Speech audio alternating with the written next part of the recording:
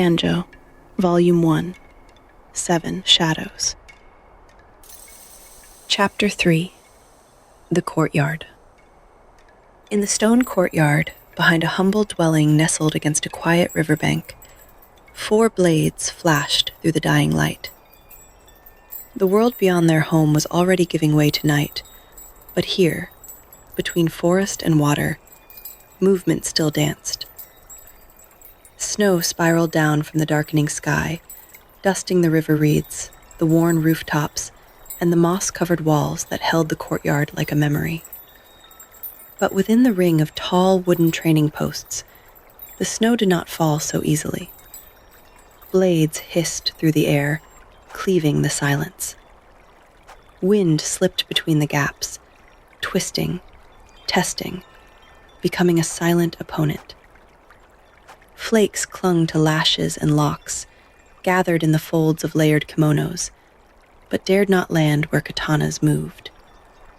The forms wielding that steel moved in perfect rhythm, 4 shadows breathing as one. Their swords sang together, harmonized and sharp, each strike a note in a song older than words. Their breath rose in white clouds, fading like incense toward the stars. At the front of the formation was the eldest, now. His posture unyielding, every movement exact. Calm radiated from him. Even when his blade moved, the cold itself recoiled. His locks were bound high in a tight topknot, deliberate, disciplined. Deep blue-black and crimson linen wrapped his frame, each layer sharp with intention. The hilt of his sword bore a curling wave, etched in pale silver like a moment caught in steel. He moved like stone taught to dance, grounded, immovable, a mountain in motion. But now wasn't just the eldest. He was the example. Every breath, every shift of his shoulders, every arc of his blade was measured, noted, mirrored. Especially by his sisters. Not because he demanded it, but because Yasuke watched him. And when father watched, so did everyone else. He bore the quiet pressure of becoming Yasuke's legacy, a son expected to carry the weight of legend on shoulders still learning what it meant to be a man. Somewhere beneath the rhythm of steel and wind, now felt it, that steady, immovable presence in the shadows, his father's eyes. From the far edge of the courtyard, beneath the slanted eaves of the house where shadow clung like moss to stone, Yasuke stood. Arms crossed, eyes still as a frozen lake. He said nothing. He rarely did. But he missed nothing either. Not a misstep, not a falter, not the subtle shifts between breath and blade. Snow drifted lazily from the sky above, but within the training ring, the snow dared not settle as 4 forms moved in a silent ballet of steel. The courtyard lay carved into the earth like a forgotten shrine, its bones still humming with memory. Wind slipped between the training posts, whispering along the cedar grain and playing at the edges of their kimonos. But inside that space, motion led, rhythm followed, precision remained. Azande shifted behind now, her blade cleaving the air with quiet ferocity. She was the eldest daughter, second born, and never allowed to forget it. Each movement bore the weight of that truth. Her deep violet and black kimono clung to her frame like thunder held in fabric, grounded and unyielding. Long braids trailed behind her like ink spilled in water, the leather bracers on her forearms scarred and worn. Her jaw flexed, not from effort, but from restraint, her eyes cut sharper than her blade. "She's late," Azande said. Her voice carried no rise or fall, only certainty. She didn't pause to look up. Her sword moved again, and again. If I missed practice, I'd be scraping rice pots till spring. To her left, Akimi's brow lifted slightly, though her gaze remained locked ahead. Her movements flowed like river water over stone, silent, unwavering. Each strike landed like a heartbeat, steady, quiet, sure. Her kimono was blue trimmed with gold, hem kissed with soft pink like cherry blossoms stirring on the cusp of bloom. Her top knot sat precisely angled, not a strand out of place. She said little, but her silence steadied the rhythm like a second heartbeat. "You do miss practice," Akimi said smoothly, "just not physically." Azande smacked her lips, but didn't argue. Yazari, her twin, struck next with a little more flair, a half smirk on her lips as her blade cut through the air. Her kimono matched Akimi's, though the hem bore a trail of snow and dirt like a badge of rebellion. Her twin buns had already begun to unravel, stray curls framing her cheek where wind and sweat met. Her eyes sparked as her sword again struck the air with flair. "She's right," Yazari added. "You're here, but your spirit's dozing off somewhere." That earned a breathy laugh from Akimi. Ahead of them, Nao's blade slowed a fraction, though he didn't look back. "Quiet," he said, breath just above silence. "Yes, O guardian of silence," Yazari whispered, theatrically. Akimi rolled her eyes. "He's trying to keep us out of trouble." As if summoned by name, Yasuke's grunt cut the air like steel. Silence dropped thick between them. Then the blades resumed their song, 4 in harmony, steel breathing in unison. Each strike rang out, sharp as a drumbeat, wood meeting metal in a rhythm older than memory. The cadence carried through the courtyard, through muscle and marrow, like a war hymn etched into bone. Each sibling held their part in the quiet symphony, precision and breath, discipline and blood, movements composing a living melody of lineage. It was more than training. It was the family's pulse, a song sung in sweat, in silence, in steel. Breaths turned to steam and vanished like incense toward a sky deepening into night. The rhythm thickened, sharpened, and settled, until the ground itself seemed to echo it. Then, a misstep. Yazari's heel slid a fraction too far on polished stone. She caught herself, but the beat broke. Nao halted mid-strike. No shout, no rebuke. Just the weight of his gaze, steady and calm, pressing down like snowfall that doesn't melt. A silent, "I saw that." Yazari lowered her eyes and nodded, one small apology with no words. She returned to position, every muscle tightening. Nao moved again. The others followed. 4 forms reclaimed the rhythm, intensity threading back into their limbs as if it had never left. From the shadows, Yasuke grunted once, approval without softness. He did not move, but he was never unnoticed. Snow caught in the coils of his graying locks and settled against his shoulders like frost clinging to obsidian. The wind worried at the hem of his robes, childlike in its persistence. Azande's next swing was sharper than before. Bet if Tanjo slipped, no one would blink. She's probably out in the trees talking to shadows again. Akimi gave a low hum. Better shadows than you first thing in the morning. At that, Yazari laughed. Barely more than breath, but it cracked the air like thunder. Yasuke shifted his stance in the shadows.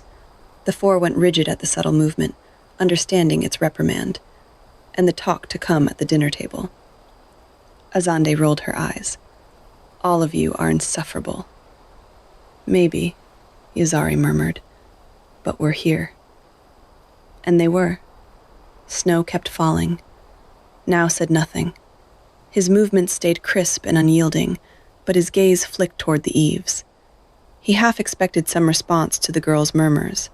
A grunt, a glance. But Yasuke's gaze had already drifted. He wasn't watching their form anymore. He was watching the gap, the space where a 5th shadow should have stood. He wasn't listening to the tempo of practice. He was listening for the one rhythm that never matched the rest. The one that came not from the courtyard, but from beyond its walls, from the forest, from her. A chime rang out, soft and clear as glass, cutting through snow and silence like a bell from the hills. Ayoka's voice followed, gentle and warm. "Dinner is ready." The siblings paused in unison, the echo of their mother's voice softening the edges of the cold. A shared stillness bloomed between them, recognition, reverence. Their heads turned, not toward the house, but to their father. Yasuke gave a single nod. That was all. 4 blades slid home with a whisper, steel brushing lacquered wood, and the courtyard exhaled. They bowed low, spines straight, breath held, the moment stitched tight with tradition. When they rose, Yasuke had already turned from the snow, his robes trailing behind him like the edge of night. He didn't look back. But as he stepped inside, his eyes paused on that untouched space in the snow, the place with no footprints, no presence, just absence. Then, with a breath that almost sounded like a sigh, he stepped inside, stripped off his boots at the threshold, and disappeared into the house. Inside, warmth embraced them, not loud or bustling, but slow and steady, like soup left simmering all day. The home was modest, worn soft by years of living. Bamboo floors creaked beneath familiar footsteps. Paper walls hummed faintly with wind. Every surface bore the fingerprint of careful hands. A faint scent of sandalwood lingered in the corners, curling through the rooms like memory. Lantern light bathed everything in gold. It danced across their faces, softened the sharpness of sword-calloused hands, and painted each figure in the same warm glow, equal, if only for this moment. They didn't belong to the village. Not truly. Their skin was darker, their features sharper, their names foreign, their silence heavier. Outsiders on the edge of things, too close to the forest to be trusted, too far from the center to be claimed. A family carved from wind and water, living between the lines. But the aroma of simmered roots and miso broth knew no division. It filled the room with a quiet kind of joy, the kind that fed more than hunger. Ayoka moved through the space like a poem, measured, graceful, unmistakably serene. Her long sleeves whispered over her skin as she worked, each motion marked by quiet precision. There was regality in her stillness, a calm that carried weight. Born of mountain and mist, her Japanese lineage showed in her high cheekbones, the gentle arch of her brows, and the depth of her dark eyes, soft but unreadable. Her hair was swept into a braided crown, a few silver strands gleaming at her temples like threads of moonlight. Beauty softened by patience, steel wrapped in silk. Her robe, forest green, plum-threaded, whispered with her movement. Her dark eyes swept the room, soft and knowing, as she set down the last tray at the table. "Where's Tanjo?" she asked, voice warm but threaded with worry. Azande didn't look up. "Still out there chasing wind," Yazari smirked. "She'll sneak in when the stars are out and pretend she's been here all day." Akimi stirred her soup in silence, chopsticks tracing small circles. Then, softly, "She'll come." Now spoke low, his voice a quiet chord beneath the chatter. "She trains, just different." Ayoka folded her hands. Her eyes found the snow-dusted doorway. "She walks in her own rhythm," she said. "Sometimes that's the only way to grow." As if on cue, the door slid open. Cold air swept in, a breath from the forest still clinging to its traveler. Tanjo stepped over the threshold, eyes bright, her sword still riding her hip. Nyoka's chopsticks paused mid-air. She cleared her throat, soft, precise, then lifted the chopsticks in her hand and made a small double tap toward the entryway, 2 slender points of wood moving like a wordless command. "Boots," she said. Tanjo blinked once, caught, then backed out with a quick, quiet apology. At the threshold, she towed her boots off, shaking loose small clumps of snow that broke apart and melted dark against the bamboo. Then she stepped in again, lighter now, and slid the door closed behind her, sealing the cold away. "Sorry I'm late," she said, bowing low. Azande rolled her eyes. "Maybe next time the trees will train with you," she muttered. Ayoka flashed her eldest daughter a chastising glance. Tanjo straightened, meeting her sister's glare with cool calm. "At least I'm not desperate for approval," she said, voice even. The room stilled. The twins froze, breath caught in their throats. Yazari's eyes darted from Tanjo to Azande, thrill flickering behind caution, like a spark waiting for flame.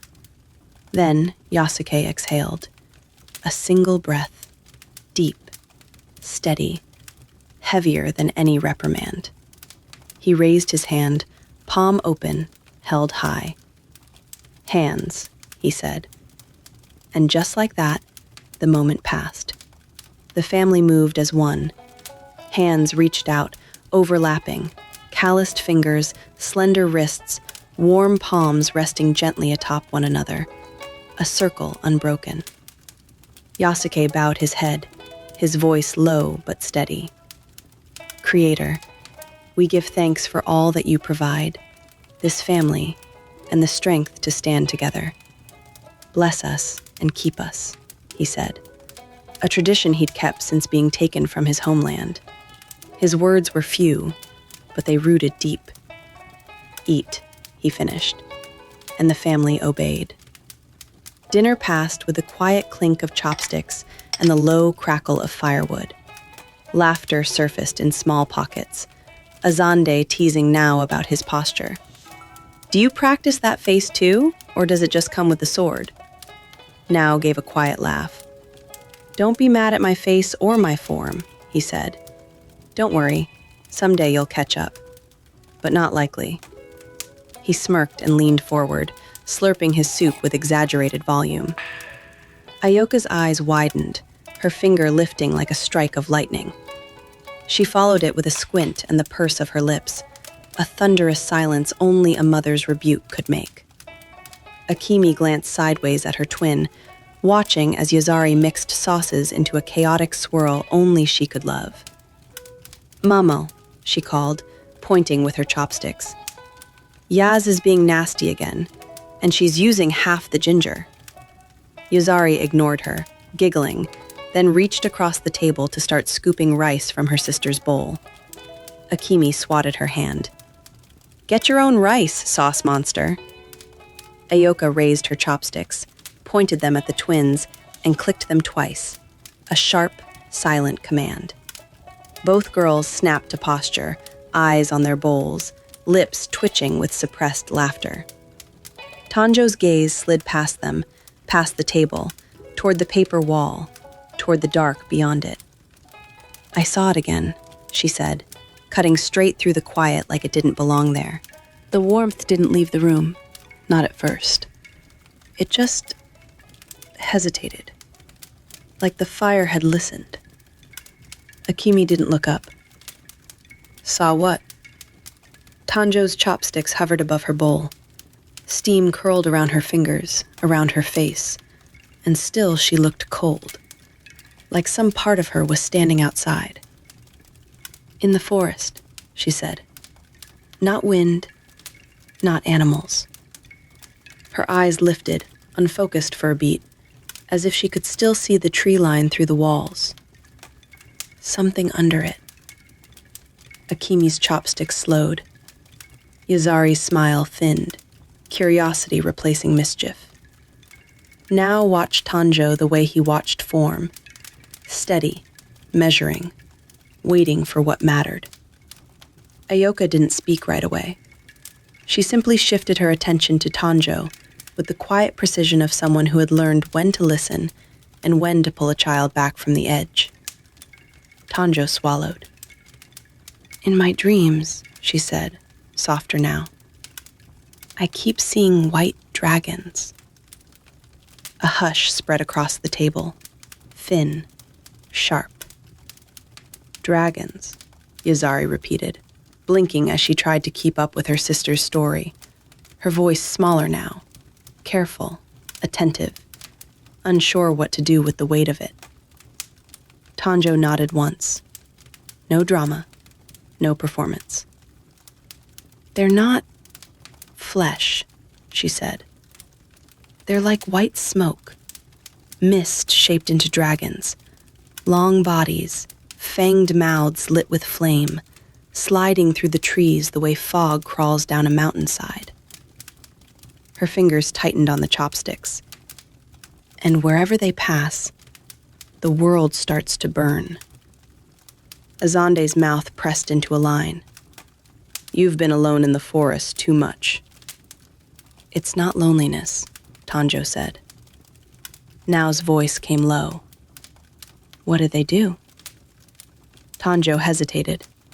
Her gaze dropped to her broth, as if the answer might rise with the steam.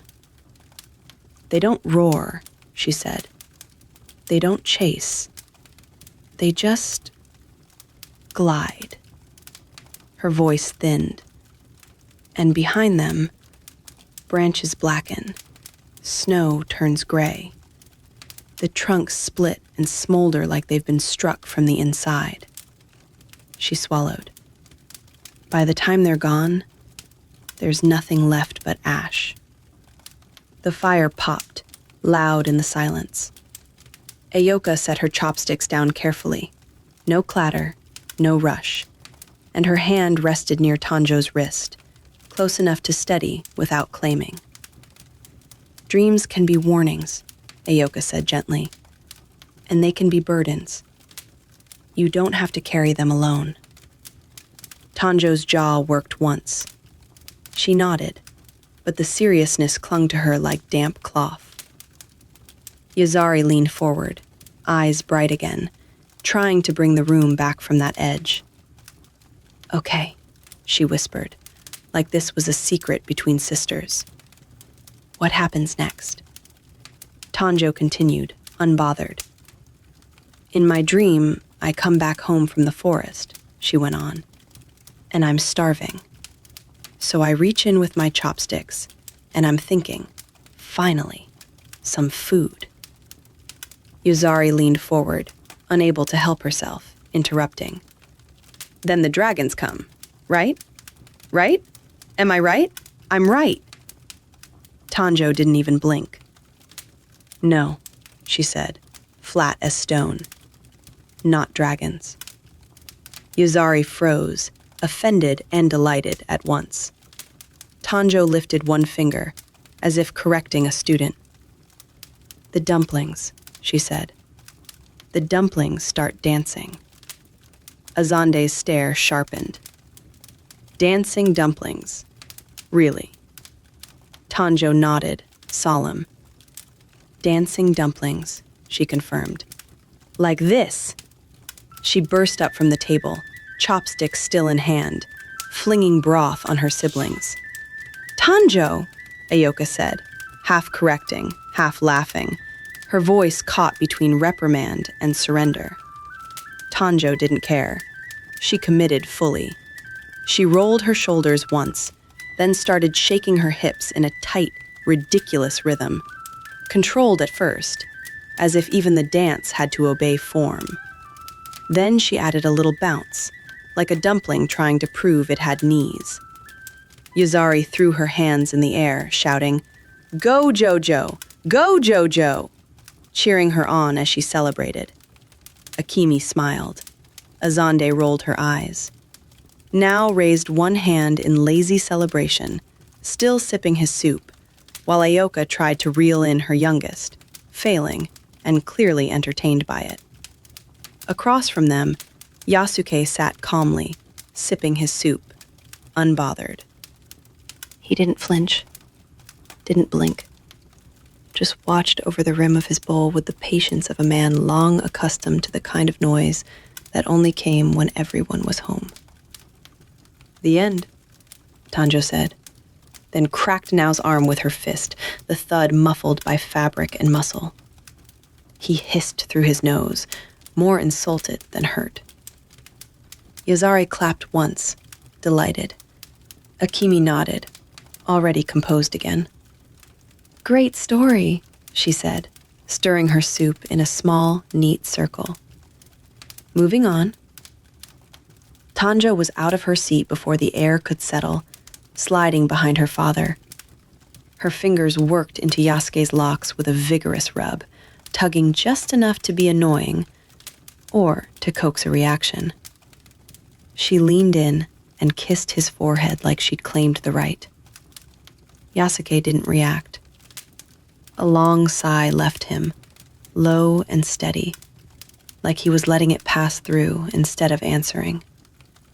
He only slow blinked and kept sipping his broth. Tanjo eased away from the table. "Tanjo," Ayoka said, soft, sweet, dangerous, pointing at the empty space. "Am I your slave, my love? Your bowl?" Tanjo glanced over, caught the look. "Oh, forgot. Sorry, Mamo." She patted back, grabbed the bowl, and carried it to the kitchen area. Water met clay with a soft slap, sleeves pushed up, fingers scrubbing in tight circles. Just then, Yasuke set his bowl down. The sound was soft, but final. He cleared his throat. "Tanjo, you've got a lot of energy," he said, watching her with a small, patient smile. Then he set the same calm on the next words. No warning in his volume, just certainty. "Tanjo, come with me." Every pair of eyes at the table lifted at once. Postures straightened. Yazari leaned close to Akimi and whispered, "Ooh," in a long, drawn-out note that carried the unmistakable message siblings had shared since time began. "You're in trouble." Tanjo sighed, set her bowl down with a quiet clink, and moved from the wash area. Shoulders squared, she followed her father out into the cold night. Yasuke stepped out first, the door sliding shut behind him with a soft finality. Tanjo followed into the cold. He stopped at the woodpile, lifted the axe from the stump, and turned the handle toward her. Tanjo took it. They split wood in silence, father and daughter, rhythm and resistance.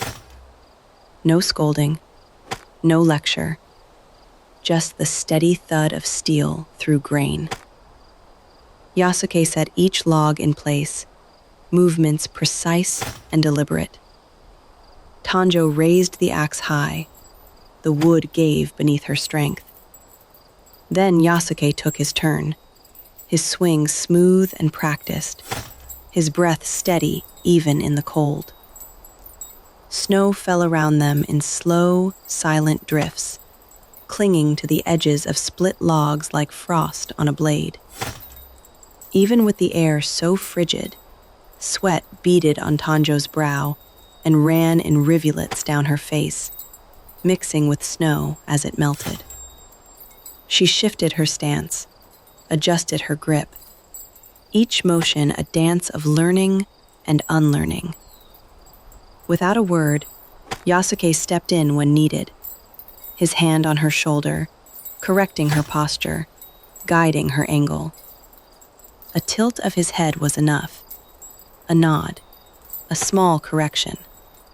No words, just the steady rhythm of work and the silent language they shared. The fire within her hadn't been tamed, but it was learning where to burn. After a while, Yasuke finally stopped. He turned, set the axe aside with care, and faced Tanjo. She stood with her hands at her sides, chin lifted, waiting. Her breath came clean and sharp in the cold. For a moment, he just looked at her, really looked, like he was measuring more than posture. Yasuke's mouth lifted, not quite a smile, more like recognition, like he could still see how new the world was to her, how untouched. He picked up the axe and held it out. Continue. Tanjo took it. Her shoulders and arms still burned from the last rounds. Yasuke set another log on the block. She split it with strength and anger. The axe bit. Wood snapped. The sound echoed, raw and satisfying. Tanjo, he said calmly. She didn't look up right away. She grabbed another piece, set it, raised the blade again. Do you know how a blade is truly made? Tanjo exhaled through her nose. Yes, father. You've told us this story 1,000 times. Tell it back, Yasuke said, as if this mattered more than the chopping. Tanjo's grip tightened. From iron, she said. From ore. Yasuke nodded once. He placed another log. From ore, he repeated, steady. From something buried, overlooked. His hand rested on the wood a moment, like he could feel its history through his palm. At first it's heavy, dirty, full of what doesn't belong. Tanjo raised the axe again. Her arms trembled faintly with fatigue. She didn't let it show in her face. He didn't step back. He stayed close enough to be in the risk of her swing, close enough that she could feel him there, present, unafraid. Inside the ore, Yasuke went on, there is iron, and there are other things. Stone, sand, brittle veins that look like strength until the first hard strike. His eyes lifted to hers. If you leave it in, the blade breaks when it's needed most. Tanjo's swing came down too fast. The axe glanced, biting shallow. Frustration flashed through her. Hot. Immediate. Yasuke didn't scold. He just set the next piece of wood as if he hadn't seen the slip. The maker takes the iron and puts it into the fire, he said. Not to punish it, not because he hates it. His voice remained calm, almost gentle, but because the fire reveals what is true. Tanjo's breath hitched. She hated how the words felt like hands. And when the iron heats, Yasuke continued, the maker must endure the heat with it. He flexed his fingers once, subtle, like memory lived in the joints. He stands close. Sparks fly. Sometimes they burn him. That is the cost of making something that can endure. Tanjo listened without meaning to. The fire in her chest didn't go out, just leaned closer to hear. The hammer comes down, Yasuke said. Again, again, again. And each strike pushes out what doesn't belong. He tapped the block with 2 fingers. Dross. Impurities. The weakness you can't see until it ruins you. Tanjo's eyes narrowed, not in defiance now, in focus. So you're saying I'm dross? Yasuke's gaze sharpened, but his tone didn't change. No. One word. Clean. Final. He straightened, and now he was looking down at her the way he did when he corrected a form. Precise. Present. I am saying you are the iron, and we remove the dross daily, he said. All of us. His eyes flicked toward the house, toward the warmth and the voices that were their whole world. And we do it together, because when you train alone, who is there to guide you? Tanjo swallowed. The endless mornings rose up in her.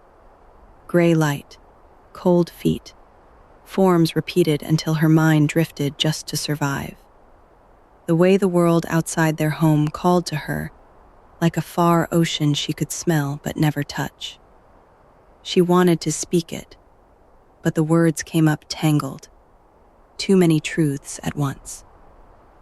Yasuke watched the struggle in her face and didn't push. He waited like he'd waited through worse things than a daughter's stubbornness. Then the spoke again. "I am the blade maker," he said softly, "and you are the iron and the ore, Tanjo." The way he said her name, slow, careful, took some of the heat out of her chest. Not because it cooled her, because it held her. "I love you," Yasuke said. Tanjo's throat tightened. The fury in her shifted, still there, but changing shape, like hot metal yielding under a steady hand, like something being scraped away. "My work as a father," Yasuke continued, "is to make sure you five are ready when the fire comes." His eyes lifted, not dramatic, just certain. "So you reflect not me, but the maker." As he pointed into the night sky, beyond the tree line, beyond the roof line. Tanjo stared at the gesture as if she could see what he saw up there. "When the fire comes," Yasuke said, "and it will, you will already know how to stand inside it." Tanjo's voice came out thin, honest. "I want to see more," she admitted, barely above a whisper. "I feel like we're preparing for a fight that isn't coming. All we do is train, Father." Yasuke's gaze didn't harden. It deepened. "And in time," he said, "you will see more." He reached down and tapped the axe handle with 2 fingers, like he was tapping the side of a bell, testing if it rang true. "But the battle never comes the way you imagine," he said. "That is the lesson." Tanjo held her breath without realizing it. "Fire doesn't ask permission," Yasuke went on. "It doesn't announce itself. It arrives abrupt, unplanned." His voice stayed quiet, but something old moved beneath it. "And when it does, it takes what is soft first." For a heartbeat, his eyes went somewhere far, past the yard, past the valley, past this life. "One moment," he said, still calm, still measured. "A man is with his family. The next, he is chained to strangers, stuffed into darkness with bodies that forget how to breathe, watching men die beside him like it's nothing." The words landed like a blunt stone, quiet, undeniable. Tanjo's jaw clenched. Her grip on the axe tightened until her knuckles ached. "But we're not in danger," she said, and even she could hear how much she needed it to be true. Yasuke was quiet for a beat, just long enough for the wind to slip between them, just long enough for her to feel the weight of all the things he didn't say. Then he nodded once. "Good," he said. "Then I have time to make my children ready." Tanjo stared at him, the simplicity of it making her angry, and then making her tired. He spoke like the world could change in a breath, like he'd seen it. Maybe he had. Yasuke rarely spoke of it. He only looked at her as if he refused to let her stay naive, simply because she'd been blessed. "You think discipline is a cage," Yasuke said. "But discipline is a sheath." Tanjo's eyes lifted. "A blade without a sheath cuts the hand that carries it," he continued, voice quiet. cuts the ones closest, cuts itself dull. A pause. The illusion of power is where most collapse under the weight of lacking discipline. The cold stung her eyes, and she hated it. She hated anything that made her look like she was losing. "I'm not trying to run from you," she said. "I'm just—" Her voice caught. "I don't want to be only what you need me to be." Yasuke's expression shifted, small, nearly invisible, like something in him had been struck true. "I do not want you to be only what I need," he said. "I want you to be what you are, without breaking when the world tests it." He stepped closer. Not a threat, a presence. "The fire within you," he said, "is a gift." His voice lowered further. "But fire must learn where to burn." Tanjo's breath trembled. She tried to steady it and failed.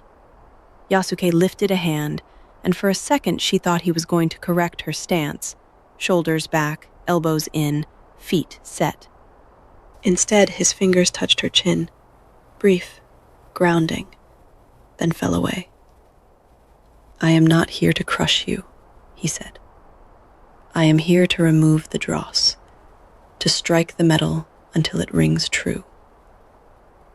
Tanjo blinked hard. "And what if I don't want to be a weapon?" Yasuke's eyes held hers, steady as winter. "Then be a shield," he said. "Be a gate. Be a fire that keeps people warm."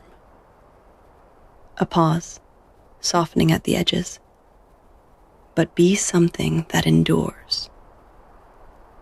Tanjo's lips parted. No words came out, only breath. Yasuke nodded, like he'd heard the part she couldn't say. "You are my fire, Tanjo," he said simply. "Not the easiest." A faint exhale. "But you have taught the Maker too, with your fearlessness." He opened his arms, not wide, not dramatic, just enough. Tanjo didn't move at first. Pride kept her feet planted. Then something in her, older than pride, quieter than anger, stepped forward. She went into him. She wrapped her arms around his waist and her head laid into his chest. His embrace was firm, controlled, the way he held the axe, the way he held everything he loved, like it mattered enough not to drop. His hand settled at the back of her head, not pressing, just there. "You are mine," he murmured, so low the words were almost swallowed by the wind. "And I am responsible." Tanjo's chest tightened.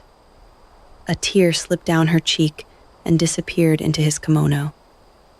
She nodded once against him, small, reluctant, real.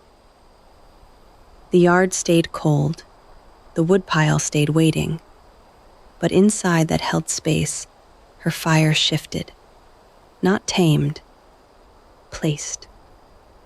And when Yasuke finally let her go, he didn't send her away. He nodded toward the axe.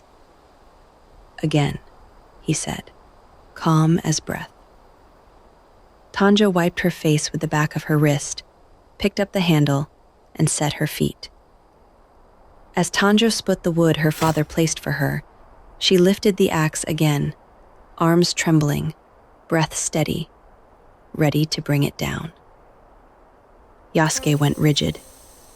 Not fear, not surprise, something older. His eyes narrowed a fraction, and his hand rose, 2 fingers out, palm angled toward her. "Stop." Tanjo froze with the blade suspended over the log. The pause burned worse than the work. "What?" she whispered, lowering the axe an inch, then another. Yasuke didn't answer.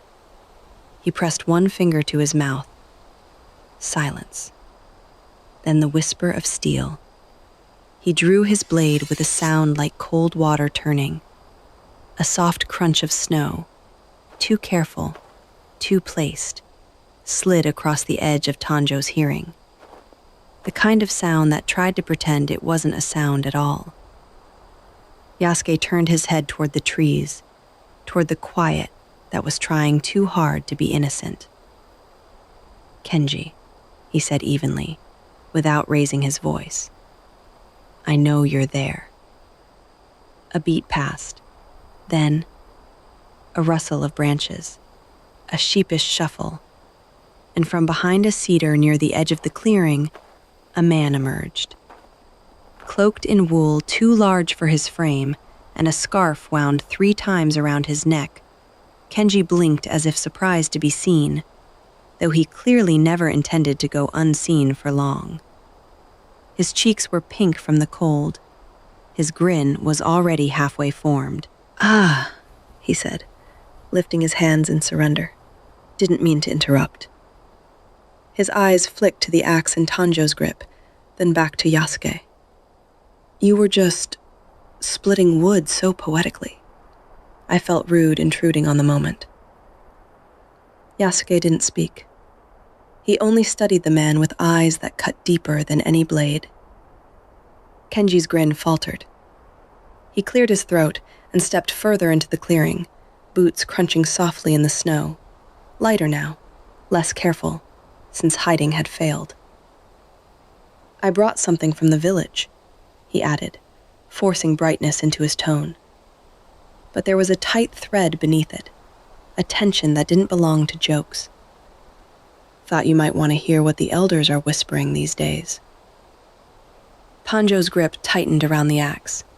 She felt it, the shift, the way warmth can leave a room without anyone moving. Kenji's gaze flicked toward her, quick and measuring, then returned to Yasuke as if Tanjo were both present and not meant to be. "But there's been news," he said, and his voice dropped. "Something is coming. Whispers of a dark-skinned samurai have been moving." The air seemed to sharpen. Yasuke's face changed, not much, just enough. His stillness turned colder than the night around them, like the fire inside him had pulled back and banked itself. His eyes went to Tanjo for the briefest moment, a glance that held too much, then back to Kenji. "Come inside," Yasuke said, voice low, "and speak carefully." Behind them, the wind rose and howled harder than before, slipping through the trees like it had heard the words too, like it knew what names could do when they entered a home. Tanjo, Volume 1, 7 Shadows.